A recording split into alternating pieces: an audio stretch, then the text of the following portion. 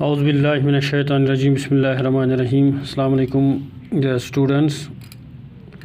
In the previous lecture, we have discussed about the mechanism of glycolysis. That is the first step of respiration. Today we will take up the second step, that is called as oxidative decarboxylation of pyruvic acid. The product of glycolysis is the pyruvic acid. The second step is oxidative decarboxylation of pyruvic acid. This is also called as link reaction because it links two main phases of the respiration, that is glycolysis and Krebs cycle. That is why we call it as the link reaction. We have seen that glycolysis takes place in the cytoplasm, whereas Krebs cycle takes place in the mitochondria. We will see now this link reaction. Pyruvic acid, which is generated in the cytoplasm during glycolysis, is transported to mitochondria and starts the second phase of aerobic respiration called oxidative decarboxylation. And in the pyruvic acid, which is generated during glycolysis in the cytoplasm, it is then transported to mitochondria, where it starts the second phase of aerobic respiration, that is called oxidative decarboxylation. And oxidative decarboxylation of pyruvic acid here takes place.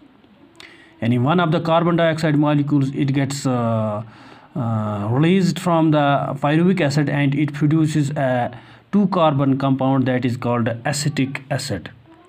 In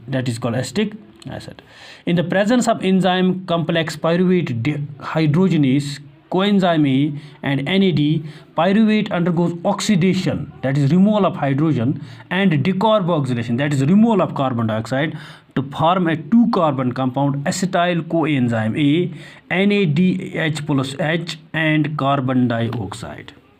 And two pyruvic acid molecules, they react with two coenzyme A molecules in the presence of, with the help of NAD, which produces which results in oxidation, and decarboxylation takes place, that is one carbon dioxide molecule gets released and we get two acetyl coenzyme A molecules. During this process, two molecules of NADP are produced from the metabolism of two pyruvic acid molecules. It results in the net gain of 6 ATP molecules. We have seen 1 ATP molecule is equal to 3 ATP molecules. So here 2 ATP molecules are produced. The net gain of ATP molecules of the oxidative decarboxylation, that is link reaction, that is 6 ATP molecules. Now the third step of this aerobic respiration, that is Krebs cycle or citric acid cycle. Krebs cycle or citric acid cycle, or this is also known as tricarboxylic acid cycle. The cycle was explained by the British biochemist Hans Cribb in 1937-1940, and they were awarded Nobel Prize in 1953. And this Hans Cribb, he was awarded Nobel Prize in 1953 for this work.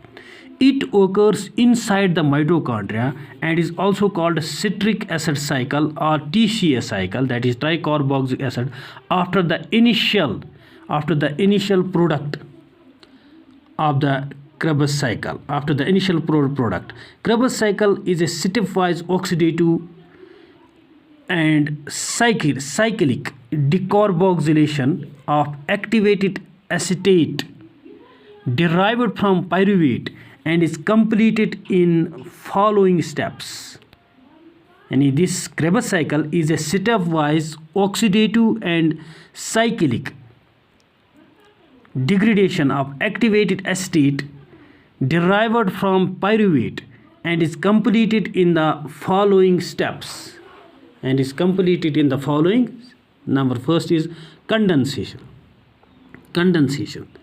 That is called as the formation of citric acid.